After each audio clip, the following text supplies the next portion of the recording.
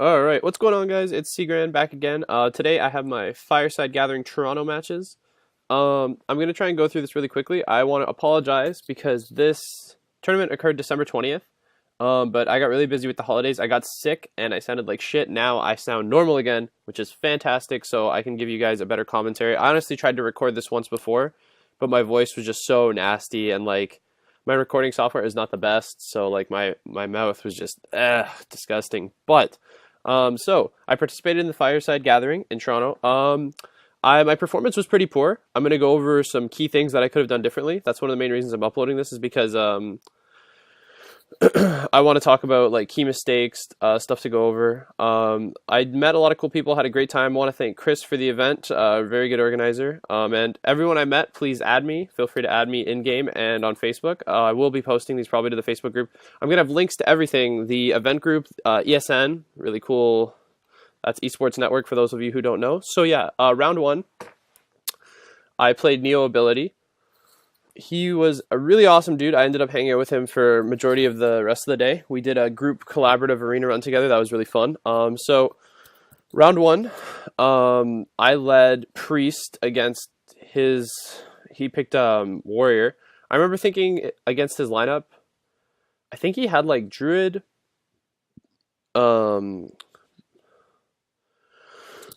excuse me, Warrior, so a couple other things, and I just remember thinking he also had Warlock.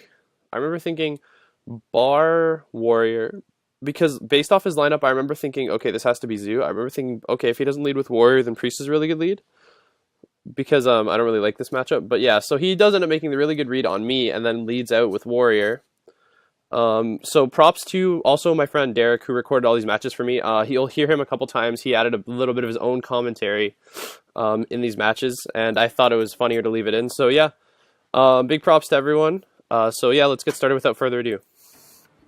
So, off the start, you see I have a really strong hand, actually.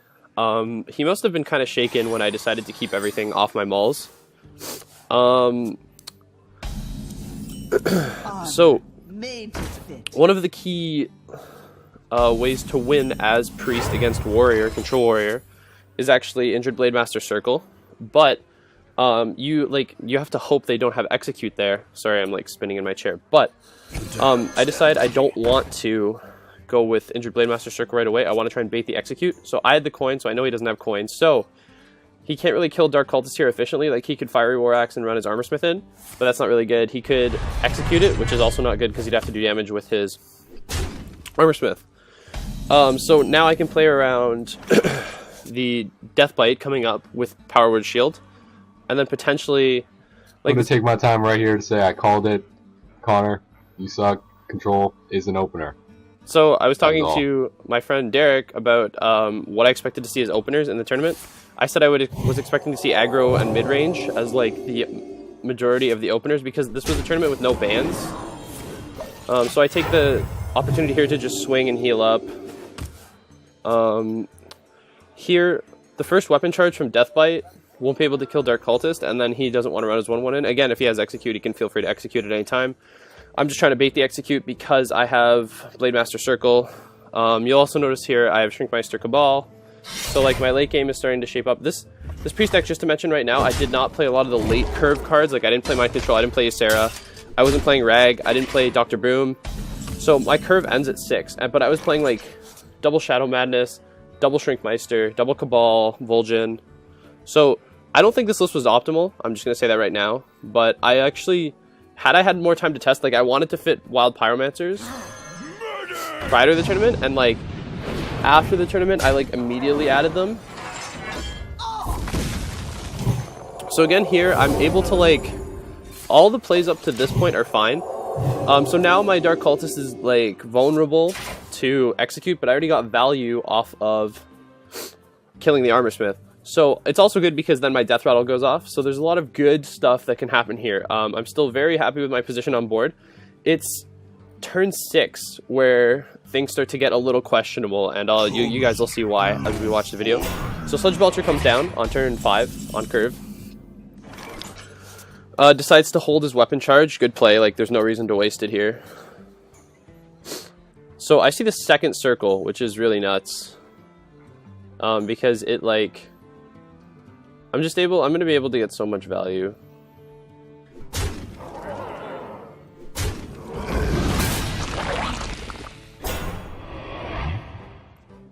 One thing here is, like, I didn't Vol'jin. I just didn't really feel the need to. I wanted to... Like, because I have Vol'jin Holy Nova, it gives me good options to clear late game cards. Like, I can clear... This deck has trouble clearing large creatures. It's more built to deal with aggro. Like, that's what this priest list was. But Vol'jining that Sludge Vulture might have been okay. I don't know. So here I take the opportunity to heal up. I do use the second circle. Decide against playing the Dark Cultist because Brawl is still in play. But the main reason I end up saying that I made a huge misplay in this game is because I throw the game to Brawl anyway, as you guys will see. Spoiler. So, my opponent silences Dark Cultist. Hits. That's okay. Like, I'm okay with that. Because you lose the owl. So here, this turn coming up, I decide to Cabal the 1/1 Slime to play around Gorehowl. Which is like... This Cabal is like... I still feel like I should have tried to get more value out of this because Cabal is one of the huge value cards, especially in this deck with... Like, I have a Shrinkmeister, so like... I could have potentially stolen like... a Karen... even an Armorsmith would have been better, an Acolyte. Back to work. Cruel Taskmaster could have been stolen, but like this Cabal I'm okay with. You're gonna see coming up that I draw another Cabal Shadow Priest, and that's where things start to get like a little... This is where I feel like I should have just hit and healed, because he holds the charge. This should have, like, he holds the charge for Deathbite, which should have been like a pretty good tell. Like, why did he hold the charge? Maybe he has Brawl.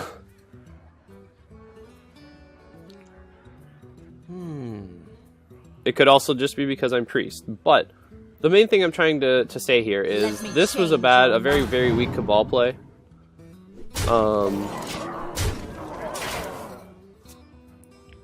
So yeah, now here you're going to see Brawl.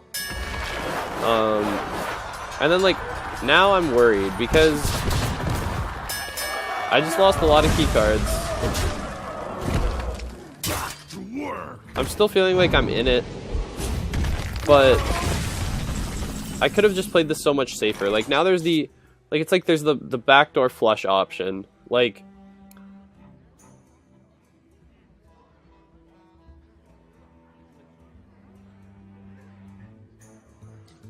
here I'm deciding, like, is it worth it to just use removal on this 2/2?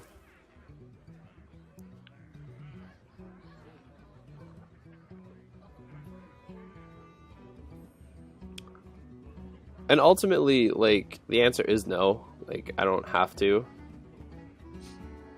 I think I end up doing it, though.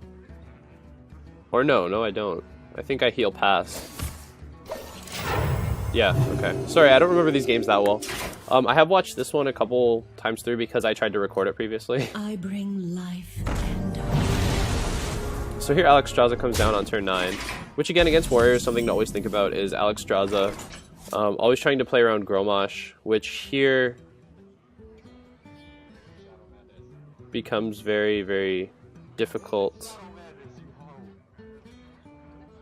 So you can, better Vol'jin Shadow Madness, swear to God. You can hear Derek, yeah, Vol'jin calling out my plays, Vol'jin Shadow Madness.